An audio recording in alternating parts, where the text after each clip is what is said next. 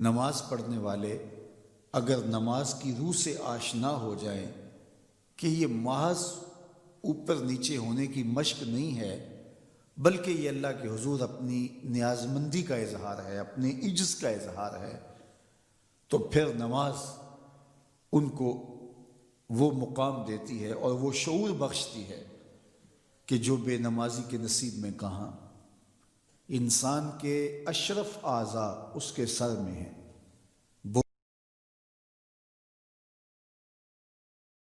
اس کے سر میں ہے، بولنے کی قوت زبان سر میں، دیکھنے کی قوت آنکھیں سر میں، سننے کی قوت کان سر میں، سوچنے کی قوت دماغ سر میں، سونگھنے کی قوت ناک سر میں، اور یہ سر مالک کے در پہ ہے۔ اور زبان سے بندہ کیا کہہ رہا ہے؟ سبحان ربی الاعلی، مالک تو سب سے اعلیٰ ہے۔ اور اپنا رویہ اور عمل کیا ہے کہ اپنی ناک بھی خاک پہ رکھی ہے، پیشانی بھی خاک پہ رکھی ہے، اور باقی اعضاء بھی خاک پہ ہیں۔ تو گویا عملاً یہ بتا رہا ہے مالک مجھ سے نیچا کوئی نہیں اور تجھ سے اونچا کوئی نہیں۔ اور اگر وہ نماز کی روح سے آشنا ہو جائے تو سجدے سے سر اٹھانے سے قبل اللہ سارے اس کے بوجھ اتار دے، اس کے من میں روشنیاں کر دے۔ تو نماز بندگی کا شعور دیتی ہے،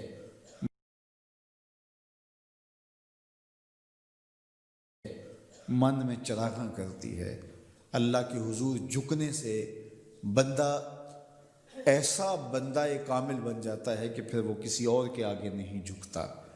تو اپنی اولاد کو نماز کی محبت دو، نماز کی ترغیب دو، نماز کی عادت دو اور نماز کا حکم دو، اور ان کی عادت راسخ ہو جائے، طبیعت میں پختگی کے ساتھ نماز کو اختیار کرنا ان کی طبع میں جم جائے۔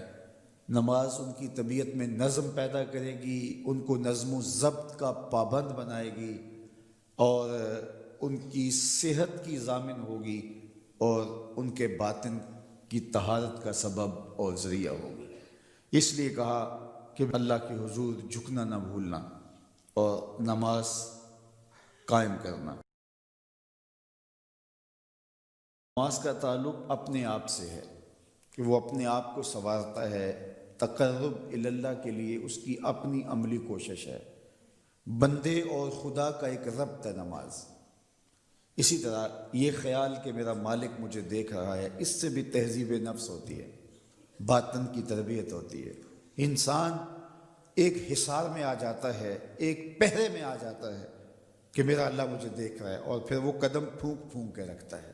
وہ اچانک لوگ بیٹھے ہوئے ہوں نا، تو آج کل یہ سوشل میڈیا کا زمانہ ہے، تو کوئی کیمرہ سیدھا کر لے تو ایک دم مرتب ہو جاتے ہیں، اس لیے کہ اب ہماری تصویر آنے والی ہے۔ یا کوئی کسی کو کہے کہ جناب آپ لائیو جا رہے ہیں، تو وہ بالکل اپنی حرکات سکنات منظم کر لیتے ہیں، کپڑے سیدھے کرنے لگ جاتے ہیں، اس لیے کہ ہم لائیو جا رہے ہیں۔ وہ لائیو چاہے 5 آدمی دیکھ رہے ہوں، چاہے 10 آدمی دیکھ رہے ہوں، لیکن پھر بھی چونکہ ہم لائیو جا رہے ہیں تو اپنی حرکات سکنات مرتب کر لیں گے، منظم ہو جائیں گے۔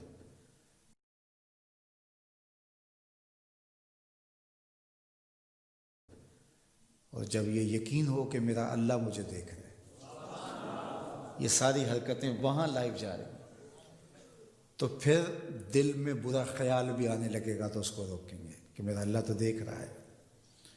پھر بولی بھی مرتب ہو جائے گی، پھر رویے بھی مرتب ہو جائیں گے، طرز معاشرت بھی منظم ہو جائے گا، آنکھیں بھی نہیں بھٹکیں گی، خیال بھی نہیں بہکیں گے، سوچیں بھی آوارہ نہیں ہوں گی، چاہے آپ بند کمرے میں کیوں نہ ہوں پھر بھی منظم رہیں گے، اس لیے کہ میرا اللہ مجھے دیکھ رہا ہے۔ تو یہ یقین زندگی کو منظم کرتا ہے۔ تو اس کا تعلق بھی انسان کی ذات سے تھا۔ نماز سے بھی تہذیب نفس ہے، اللہ سے تقرب حاصل ہوتا ہے۔ اب کہا تو خود غرض نہ بننا کہ اپنے آپ کو سنوار لیا اور کافی ہے، نہیں، لوگوں کو بھی نیکی کا حکم دینا۔